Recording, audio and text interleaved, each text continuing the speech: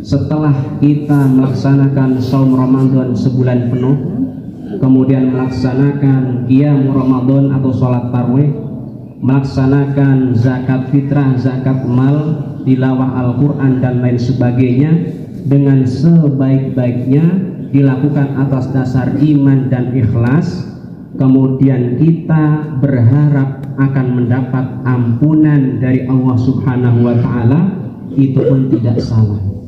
Kita berharap dengan semua itu jiwa kita disucikan, dibersihkan dari dosa-dosa. Sebab Nabi Muhammad SAW sendiri juga bersabda berkaitan dengan puasa, berkaitan Ramadan, bahwa hal itu menjadi salah satu sebab dihapuskannya dosa. Sabda Nabi, man shoma Ramadana wa qamahu imanan wahtisaban ghufira lahu ma taqaddama min dambihi wa man qama lailatal badri imanan wahtisaban ghufira lahu ma taqaddama min dambihi. Hadis riwayat Imam Tirmidzi, Imam Bukhari dan Imam Muslim. Barang siapa yang melaksanakan saum Ramadan kemudian ditambah melaksanakan qiyam Ramadan atau sholat tarawihnya atas dasar iman dan ikhlas kepada Allah, maka dosa-dosanya yang lalu akan diampuni oleh Allah.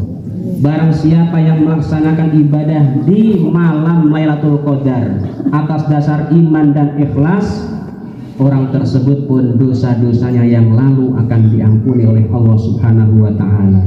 Dalam hadis yang lain Nabi juga menjelaskan bahwa Ramadan yang satu ke Ramadan yang lain juga menjadi penghapus dosa-dosa. Bahkan dalam kitab Lataiful Ma'arif dijelaskan, sebagian ulama salaf ketika merayakan Idul Fitri, ketika telah selesai melaksanakan sholat Idul Fitri, mereka mengatakan kepada yang lain bahwa suatu kaum atau sejumlah orang hari ini keadaannya seperti ketika dia baru dilahirkan oleh ibunya, dengan maksud bahwa dia diampuni, dengan maksud bahwa mereka berharap kepada Allah dengan ibadah saum dan ibadah-ibadah yang dilaksanakan selama Ramadan, semua itu menjadi sebab diampuninya dosa-dosa mereka.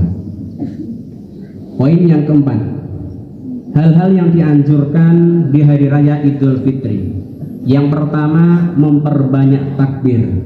Waktunya sejak maghrib Idul Fitri atau terakhir di ujung puasa Ramadan sampai dilaksanakan sholat Id. Allah Subhanahu wa Ta'ala berfirman dalam surat Al-Baqarah 185, walitukmilul iddata walitukabbirullaha ala ma hadakum, supaya kalian menyempurnakan bilangan puasa Ramadan, kemudian supaya kalian mengagungkan Allah atau bertakbir, kemudian bertakbir atau mengagungkan Allah atas hidayah yang diberikannya kepada kalian, dan supaya kalian bersyukur. Dalam beberapa tafsir, diantaranya tafsir Aisarut Tafasir, disebutkan berkaitan dengan ayat ini, disyariatkan untuk bertakbir pada malam Id dan pada hari raya Id. Jadi tadi malam bagi yang hari raya Idnya sekarang, sampai dilaksanakan sholat Idul Fitri di pagi ini, dianjurkan untuk banyak bertakbir mengagungkan Allah Subhanahu wa Ta'ala. Takbir ini merupakan bagian dari syukur kepada Allah atas nikmat hidayah Islam. Kemudian dalam tafsir yang lain dijelaskan bahwasanya Ibnu Abbas berkata, hendaknya bagi setiap muslim ketika melihat masuknya bulan Syawal agar bertakbir mengagungkan nama Allah sampai berakhirnya waktu Id. Kemudian dalam satu hadis disebutkan bahwa Nabi ketika berangkat dari rumahnya menuju tempat sholat, juga beliau banyak mengumandangkan takbir kepada Allah Subhanahu wa Ta'ala. Perihal lafaz takbir, boleh takbirnya Allahu Akbar, Allahu Akbar, Allahu Akbar 3 kali, boleh juga 2 kali. Tidak usah diperselisihkan untuk masalah ini, karena semuanya dua-duanya ada riwayatnya dan boleh diamalkan. Imam Ibnu Taimiyah rahimahullah rahimahullah menjelaskan mengenai bolehnya hal ini. Boleh takbirnya 2 kali, boleh juga 3 kali, tidak jadi soal. Yang penting banyakin, perbanyak membaca takbir atau mengagungkan Allah Subhanahu wa Ta'ala. Hal yang dianjurkan kedua ketika Idul Fitri adalah mandi sebelum berangkat menuju tempat sholat. Kemudian juga yang ketiga, makan atau menyantap makanan sebelum berangkat. Menurut Imam Al-Muhallab, hal ini hikmahnya adalah supaya tidak ada sangkaan bahwa hari ini masih ada kewajiban puasa. Jadi supaya menandakan bahwa hari ini kaum muslimin sudah tidak berpuasa lagi. Kemudian yang keempat, diusahakan memakai pakaian yang terbaik. Kemudian yang kelima, melaksanakan sholat Idul Fitri sebagaimana yang kita laksanakan di pagi ini. Semoga sholat Idul Fitri yang kita kerjakan diterima oleh Allah Subhanahu wa Ta'ala. Kemudian yang keenam, berbeda rute kalau memang memungkinkan antara jalan pergi dan pulang dari sholat Id. Kemudian yang ketujuh adalah saling mendoakan, mengucapkan tahniyah atau ucapan selamat. Salah satunya dengan misalnya taqabbalallahu minna wa minka atau taqabbalallahu minna wa minkum, boleh. Yang artinya semoga Allah Subhanahu wa Ta'ala menerima ibadah kita semuanya. Kemudian poin yang kelima berkaitan dengan Idul Fitri. Dalam kitab Lataiful Ma'arif dijelaskan ada sebuah nasihat berharga dari seorang ulama. Kata ulama menasehati kita semua begini: laisal id liman labisal jadid. Hari raya itu bukan serta-merta bagi orang yang berpakaian baru. Berpakaian baru di hari raya dibolehkan, bahkan dianjurkan. Tetapi itu bukan yang hakikinya. Itu mah baru penampilan zahir, baru penampilan fisik. Innamal id liman ta'atuhu tazid. Hari raya yang sesungguhnya adalah bagi orang yang ketaatannya kepada Allah bertambah. Kalau di bulan Ramadan kita melaksanakan saum Ramadan, mudah-mudahan di luar bulan Ramadan kita pun bisa melaksanakan puasa, maksudnya puasa sunnah. Di sana banyak macam puasa sunnah, ada Senin Kemis, ada Ayyamul Bid dan lain sebagainya. Jangan sampai ditinggalkan semuanya sama sekali. Pilih salah satu sudah cukup bagus. Kemudian ketika di bulan Ramadan kita membaca Al-Quran, usahakan di luar bulan Ramadan juga membaca Al-Quran. Ketika di bulan Ramadan sholat berjamaah khususnya bagi kaum laki-laki, di luar bulan Ramadan usahakan tetap mengerjakan. Ketika di dalam bulan Ramadan kita mengerjakan qiyamul Ramadan atau sholat tarawih atau sholat malam, supaya diusahakan di luar bulan Ramadan juga tetap mengerjakan, walaupun mungkin kualitas dan kuantitasnya tidak sebaik yang dikerjakan di bulan Ramadan. Kalau tidak bisa bertambah, ketaatannya paling tidak pertahankan.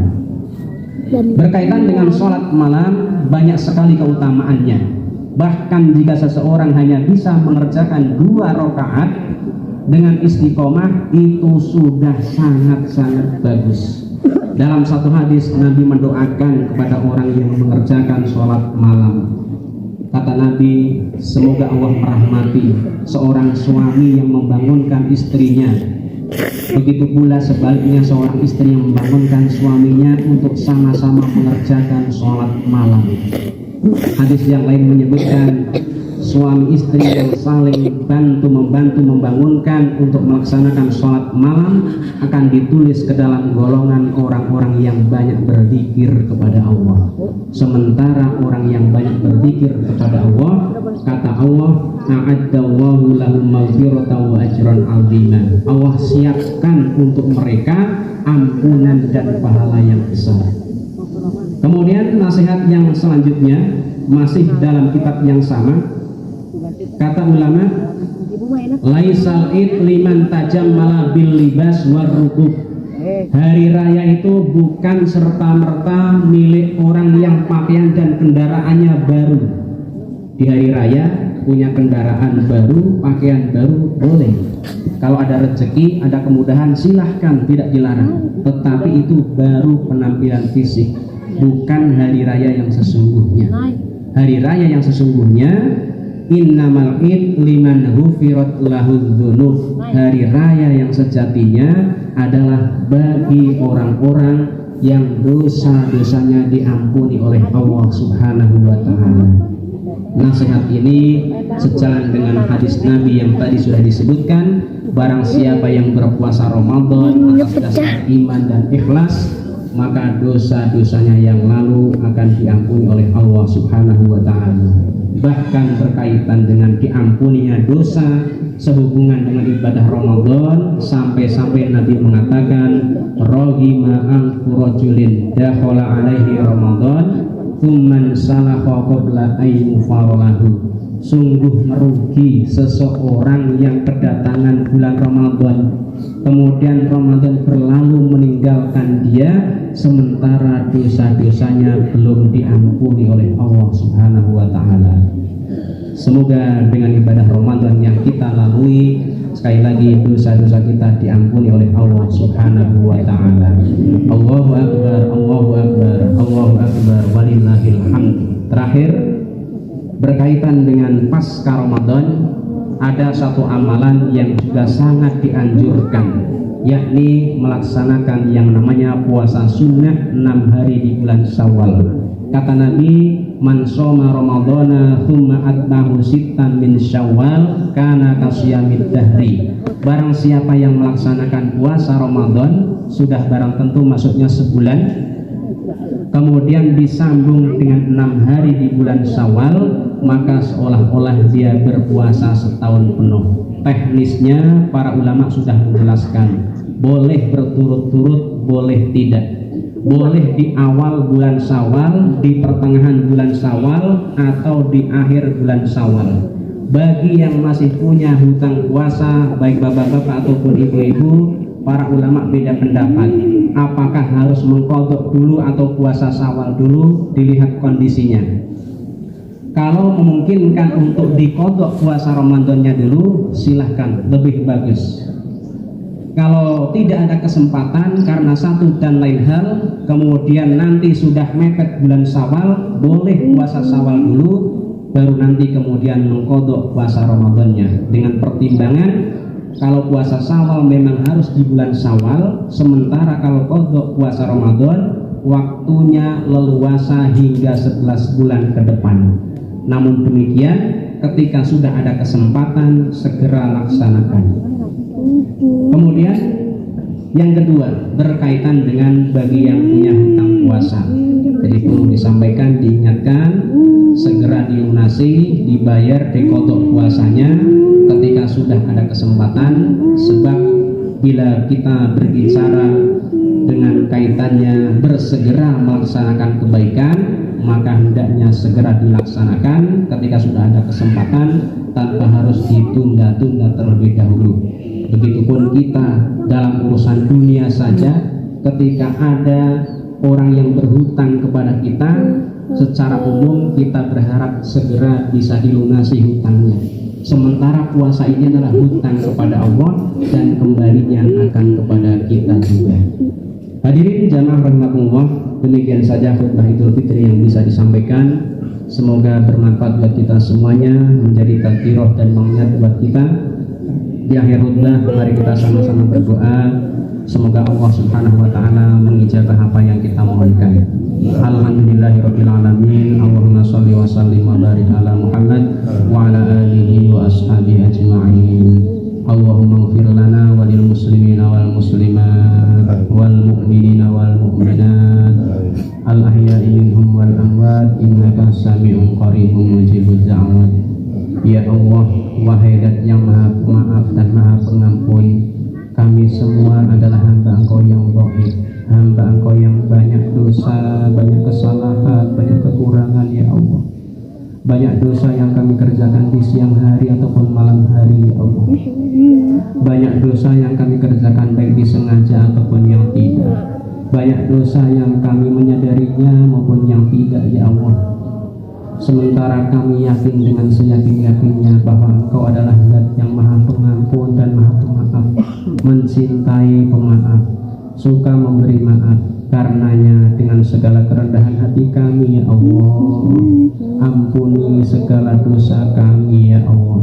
Jangan biarkan nyawa kami terlepas dari jasad kami sementara kami masih punya dosa dosa ya Allah. Ampuni segala dosa dan kesalahan kedua orang tua kami, baik yang masih ada maupun yang sudah tiada ya Allah. Ampuni pula dosa dan kesalahan pasangan hidup kami ya Allah. Ampuni pula dosa dan kesalahan anak cucu kami ya Allah. Jadikan mereka generasi yang soleh dan solehah ya Allah. Ampuni pula dosa dan kesalahan saudara-saudara kami kaum muslimin dimanapun mereka berada ya Allah, baik yang kami mengenalnya maupun yang tidak ya Allah. Allahumma a'izzal islam wal muslimin wa ahlihil kafarata wal musyrikin. Ya Allah, berilah pertolongan bantuan kepada saudara-saudara kami kaum muslimin yang hari ini masih dijajah oleh orang-orang kafir ya Allah, oleh orang-orang munafik ya Allah, dimanapun mereka berada, baik yang di Palestina, di Afghanistan, di Yaman dan lain-lainnya ya Allah. Rabbana atina min ladunka rahmah wa hayyi' lana min amrina rasyada. Allahumma a'inna ala dzikrika wa syukrika wa husni ibadatik. Rabbana atina fid dunya hasanah wa fil akhirati hasanah wa qina adzabannar. Walhamdulillahi rabbil alamin wa sallallahu ala Muhammad wa ala alihi wa ashabihi ajma'in wa sallam. Walhamdulillahi rabbil alamin. Wassalamualaikum warahmatullahi wabarakatuh. Waalaikumsalam warahmatullahi wabarakatuh. Silakan Bapak Ibu.